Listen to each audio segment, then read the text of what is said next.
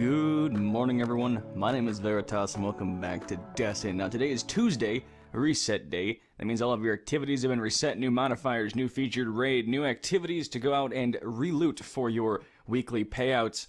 Loot-wise, very fun, good stuff here. Iron Banner is also around, but as always, I will make a separate video after this one covering Iron Banner specifically, so those that want Iron Banner can take care of that. Now, since Iron Banner is active, it replaces the active playlist here. So if you played earlier, Combined Arms was the featured playlist for the week. That's what I played to get my treasure box, but it has since been replaced by Iron Banner in the featured down there.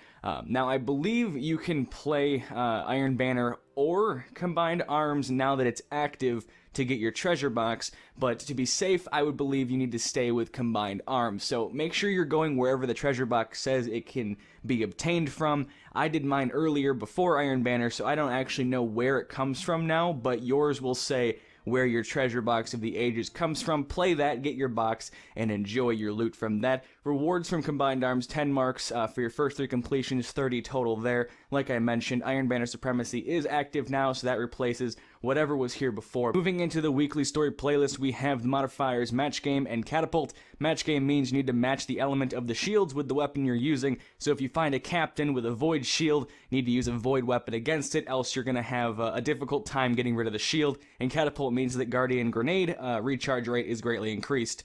20 marks for each completion here for the first 5, a total of 100 if you are looking to get marks. This is a very good way to do it, very easy, very simple. The first completion of this will also award you with the Treasure of Ages box, so get that loot while you can.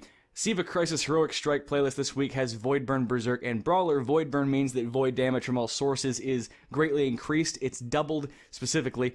Berserk means that more enemies have shields, and Brawler means that Guardian melee damage is greatly increased. As always, when it is a elemental burn, I recommend finding a chest piece that has something that reduces that burn damage. It'll look something like Void Burn Defense here, reduces incoming Void Burn damage. This chest piece I have specifically is very good because it both it reduces the incoming damage, and it also gives me increased recovery after taking Void Splash damage. It's a very good combination of perks here, but what you want to find in a chest piece is Void Burn Defense. This negates the doubling of Void Burn on the damage you're taking, so you take normal 1 times damage while you still deal double damage there. So very good to have a chest piece that has reduces incoming Void Burn damage on it for Void Burn. Same thing for Solar Burn, same thing for Arc Burn, each of those along the way. Berserk and Brawler, like I mentioned already, 10 marks each for your first 3, 30 marks there in total, as well as a treasure box on your completion, your first one that week. So there are your 3 boxes right there, your 3 boxes in the first 3 nodes here. Your weekly Nightfall strike is Sepix Perfected. Very fun strike. I like it a lot. Epic, Arc Burn, Ironclad, Catapult, and Exposure modifiers here. Epic is just the Nightfall modifier. More stuff has shields and it's more aggressive. Arc Burn means that arc damage from all sources is doubled. I also recommend here, like I said before, finding a chest piece that reduces incoming arc burn damage. It'll make it much easier to deal with arc burn when you're taking normal arc damage and still dishing out double damage, so always be mindful of that when you're playing with burns. Ironclad means that more enemies have shields. Catapult means your grenade ability comes back very quickly, and Exposure means that your shields do not recharge, but you have more of them. So your shields are greatly increased, but they do not recharge once they're gone. Unknown rewards here, Skeleton Key, as always, for your first completion. Unknown rewards being anything from like Eververse, like emotes, Sparrow toolkits, exotics, usually just legendary ghosts and garbage like that, but enjoy your Nightfall. Always get your Nightfall done first through the week. I always recommend doing the Nightfall first things first, so you get that nice Nightfall bonus, the Nightfall buff for the rest of the week, Radiant Light. It increases your reputation gains and experience gains by 25%, and that does affect Iron Banner reputation, so always get your Nightfall done first things first in the week.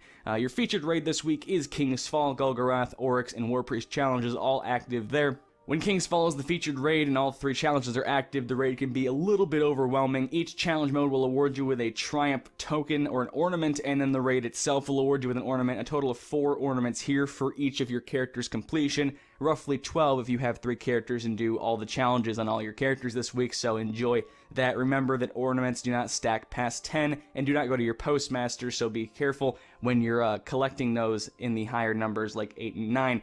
Raid set gear here, unknown rewards, exotics available there. Enjoy your Golgoroth, Oryx, and Warpriest challenge modes. It'll be an interesting week for LFG. Best of luck with your teams and have fun inside the raids. Moving into the Reef this week, let's head to the Vestian Outpost and talk to Petrevenge. She has bounties for you for Queen of Reputation if you have done the appropriate quest lines to unlock them, and get those done throughout the week while you're there. They reset, I believe, daily. While you're there, talk to Varix. He will have some bounties for you, as well as an Elder Sigil. Get the Sigil and the bounties for the Prison of Elders, and head back out to Challenge of Elders. Challenge of Elders this week has Airborne, Super Kill, Bonus, and Trickle. Not a great week. Last week was much better. Airborne means you do more damage while in the air. Trickle means your abilities come back very, very slowly, including your Super. And Super Kill Bonus means you get more points for your Elder Sigil when getting kills with a Super. Things like Tether don't count, so be mindful of that. Rewards here for your first completion, Legendary Engram, as well as 10 marks for your first 3, 30 marks there in total. Enjoy your Challenge of Elders if you decide to subject yourself to the modifiers this week. Next thing, let's go to the tower and head down and talk to Lord Shax. He will have a bounty for Control and Supremacy. I recommend picking up the Supremacy when doing Iron Banner this week. Those bounties drop Nightfall tier rewards, so make sure you get them done. While you're there, talk to Commander Zavala and pick up your 3 weekly Vanguard Elite bounties, the Sunrise of which can drop the Exotic Sniper Rifle, Icebreaker in year 3. Light level. Next thing to do is to head to Earth. It's going to be our last stop for this video. We'll go to the Iron Temple and talk about your quest lines and bounties here, and we'll open our treasure boxes once we're done with all of that. So I will see you guys in a moment inside of the Iron Temple. Here we are inside Winterpeak. Your first stop here is Dr. Shiro 4, Vanguard Scout, neat character, and has even neater inventory for you this week. Like I said, do the Nightfall first, because when it comes to Shiro, he has the most reputation you can really gain this week, especially with the Nightfall buff. Iron Lord bounty is available here for you using the Battle Axe in the Plague Lands, which you can do inside of the Archon Forge, doing Captain encounters in the Forge, Shank encounters in the Forge, and Servitor encounters in the Forge. All of these can be done inside the Forge. The Forge also counts for public events too, so if you have a quest line or anything like that, or an old bounty for public events in the Plague Lands, you can do those inside the Forge as well. We have a running tally on how many times I said Forge in the last 15 seconds. Anyway, while you're here, pick up his quest line, and it looks something like the one I'm about to show you. It's called This Corrupted Land, Plague Lander. I rarely do it because it takes forever and I get bored, but 15 patrols completed. Of those, 5 need to be kills, 3 need to be assassination, and 3 need to be quarantine. Assassination is a funny word for VIP. When you complete this, though, you get 1,000 reputation for the Vanguard and half of that for your faction. With the Nightfall buff, it's even more than that, an additional 25% to both of those. It's very, very lucrative to do this. You also get some legendary engrams from that as well, and I believe some legendary marks. Don't quote me on the marks part, but it is very good to knock that quest line out every week. Takes about an hour if you're really dedicated to knocking it out. It's really RNG on what patrols you get to load in every area in the Plague Lands. The last thing we're going to do here is talk to Tyra Karn, the Archivist. She has a quest line for you that may or may not be important to your Guardian's daily life, but the quest line she has for you is Artifacts of the Iron Lord. I'm assuming it's going to be 55% like it was last week. Magic. Anyway, what this is killing things in the Plague Lands. You can do this in the Forge as well. We'll get you a percentage. Noble Deeds Performed is essentially killing splicers inside the Plague Lands. Once you've reached 100%, you will be able to complete this quest with her, and she gives you an Iron Lord Legacy, which can be used to purchase the artifacts here. The artifacts she has for sale with Iron Lord Legacy tokens are actually special. They have special abilities, and they're very good for changing up your playstyle. Memory of Felwinter, Memory of Scory, Memory of Perun this week. Don't really recommend picking up any one she has right now. I like saving tokens for when she has a Memory of Yolder. It's probably the more useful one for most players. It removes sprint cooldown and makes it so you can sprint constantly, essentially. If you're looking for these, Memory of Felwinter, you lose your super, but you gain an additional grenade and melee charge and a small boost to all stats, and orbs grant melee and grenade energy as well. So it's interesting, but you lose your super, so not great there. Stat roll on that's 309%. Because it does remove your super, and it greatly increases everything else. So it's a little bit broken there. Don't quote me on that stat roll, though. It doesn't really matter. Memory of Scory, when your super is full, kills cause nearby ally supers to recharge faster. This needs to be refreshed by getting a kill every minute or so. Stat roll on this one's about 92%, so it's a decent roll there if you want Memory of Scory. It has been nerfed, however, so it's not as good as it used to be. I still recommend holding out for Memory of Yolder. And the Memory of Perun this week, pretty low stat roll on this one. Enemy Guardians with full supers and all enemies with low health are highlighted, so nice for the Crucible or for PvE if you want to see low health enemies. Kinda useless in my opinion for really anything. There are much better artifacts out there, but if you need it, go ahead and pick it up. Stat roll on this one is an 86%, so pretty low. Stat rolls in the top right for a moment so you can make sure it's all correct. Good things there if you want to pick anything up. I always recommend picking up Yolder when she has it. This week she does not, however, unfortunately.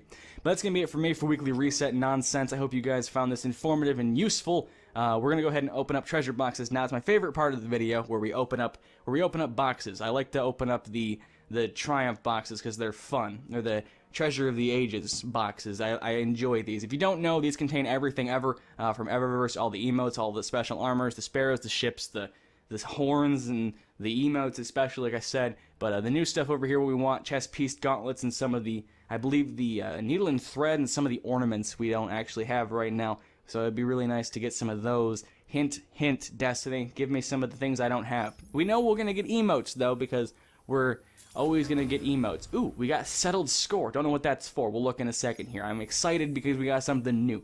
And we got one thing new, which means we won't get two things new. Fellwinter souvenir, fantastic. I got a consumable. Wonderful. What's the next thing we get? I'm assuming we got an emote with that one, too.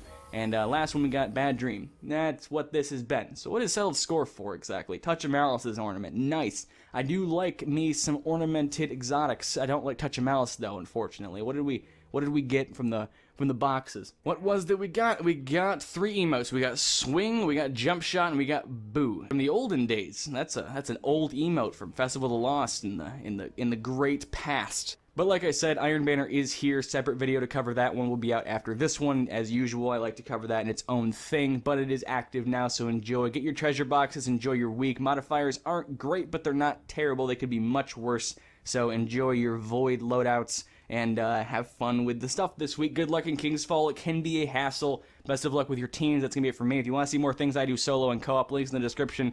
Other than that, that's going to be it for me. Thank you guys so much for watching. If you enjoyed, very much appreciated. And as always, until next time,